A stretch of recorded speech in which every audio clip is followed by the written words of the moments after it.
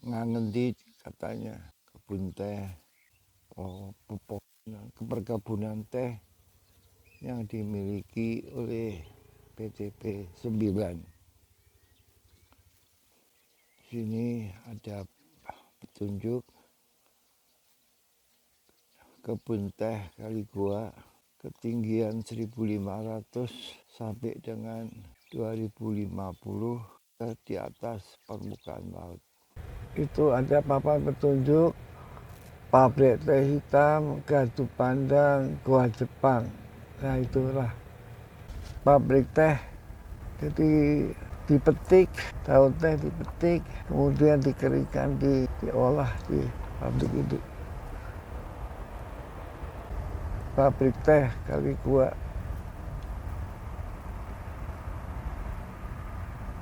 Pabrik teh hitam, wisata Gua Jepang. Ya, papan petunjuk ada air abadi dan Gua Jepang, kedai makan. Kita akan coba ke air abadi dan Gua Jepang. Iya, ke Gua Jepang. Iya. Kalau air abadi? Ya sana. Sama-sama ya? Iya. Gua Jepang itu Tok Bening. Iya. Terima kasih ya Bu ya. Terima kasih Bu. Lewat sini bisa sana, bisa lurus aja. Iya. Kita ada di pintu gerbang wisata. tempat wisata Tok Bening dan Gua Jepang. Gua Jepang ini adalah pada zaman pendudukan Jepang, rakyat dipaksa untuk menggali di bukit ini untuk membuat tempat penyimpanan senjata. Jalur tembus Gua Jepang, tapi rasanya terlalu terjal. Kita cari jalan lain. Itu kan yang kelihatan itu. Gua Jepangnya itu kan? Iya, masih lumayan naik. 500 enggak 200 meter kali ya. Kelihatan di sana. Saat ini kita ada di depan Gua Jepang, di agrowisata Taman Wisata Kali Gua. Setelah ini kami akan dibantu oleh pemandu untuk masuk ke dalam melihat apa adanya yang ada di Gua Jepang. Gua Jepang 1942. Nah, kita memasuki Gua Jepang. Tanah. Iya, cuman kalau agak ke dalam lagi itu jenis tanahnya itu iya. Batu. Nah, ini dulunya difungsikan sebagai ruang kamar juga. Oh, sekarang Ya. tempat pembersih.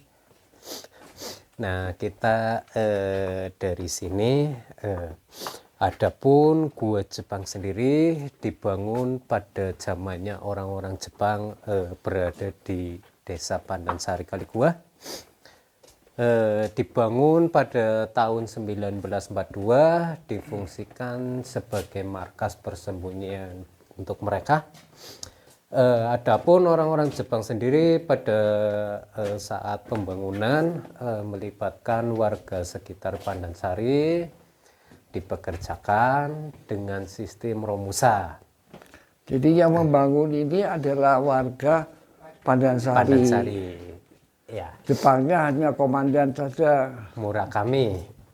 Murakami namanya. Ya. Nama komandannya. Nah, adapun di sini ada sebuah replika. Replika sendiri salah satunya sebagai media melengkapi peristiwa daripada kisah-kisah nyata yang dialami orang-orang kita sewaktu mereka dipekerjakan sebagai romusa. Nyatanya para pekerja kita pun di sini mengalami adanya penahanan, penyiksaan ataupun pembantaian. Di mana orang-orang kita yang dulunya dimasukkan ke tahanan dengan alasan karena para pekerja kita dulu melawan ataupun membangkang atas perintah-perintah orang-orang Jepang, sehingga para pekerja kita pun dengan terpaksa harus menekam di ruang tahanan. Nah, replika sendiri fungsi daripadanya melengkapi daripada apa yang dialami para pekerja kita, melengkapi daripada sejarahnya. Ya, kita lewat sini. Konsep daripada pembangunan gua Jepang sendiri dibangunnya pun sesuai kebutuhan daripada orang-orang Jepang. Dilengkapi sama kamar. Kamar ini dulunya difungsikan untuk kamar-kamar para pasukan tentara Jepang yang beralasan pakai karung goni dulunya. Nah, kita lewat sini.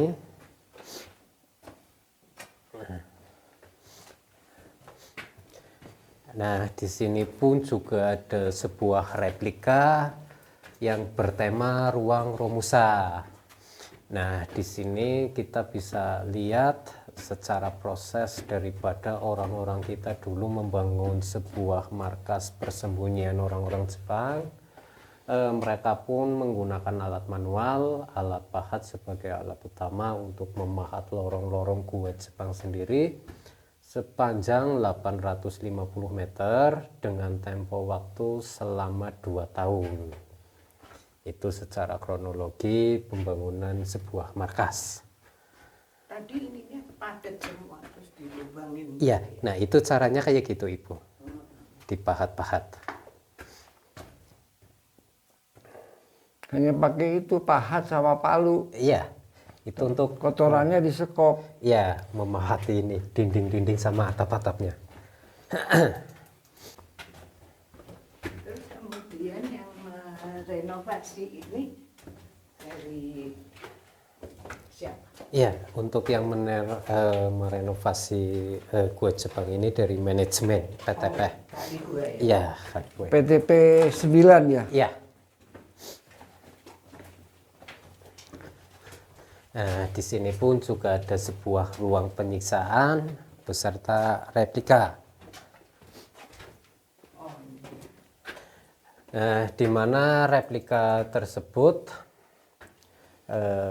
bentuk daripada replikanya menyesuaikan kisah-kisah nyata ketika orang-orang kita berada itu di dalam ruang penyiksaan.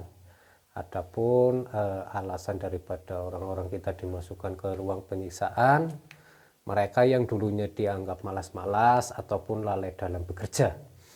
Itu masih original ya. Iya, untuk keseluruhan masih original. Nah, untuk replika sebagai pelengkap sejarahnya. Iya, iya.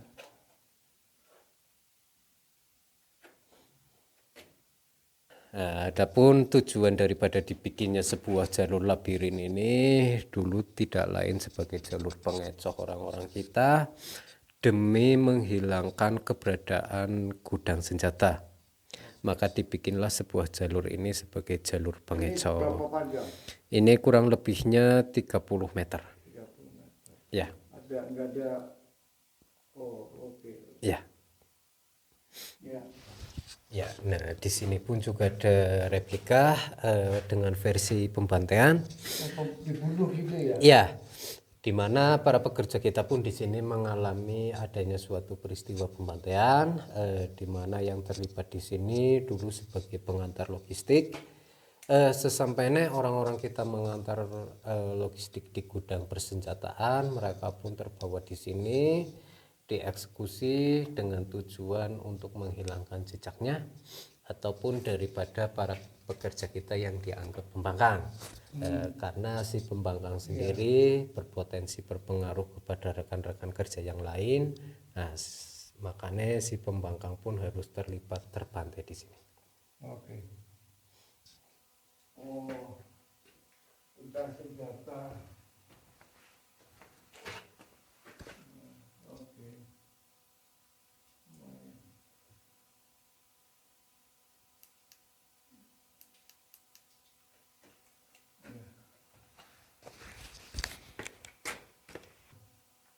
Ini ruang dapur. Ya, ini ruang tersebut dulunya digunakan sebagai dapurnya pada zamannya orang-orang Jepang sendiri.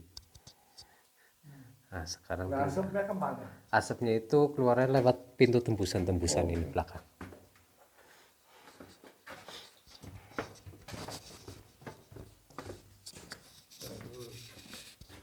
Oh, ini dapurnya ya? Tembus, iya. Itu keluar dapur. Awas kepala. Kita ke ruang sidang. Kita menuju Ruang sidang. ruang sidang. Apa ya? Oh, ruang pengadilan. Di sidang.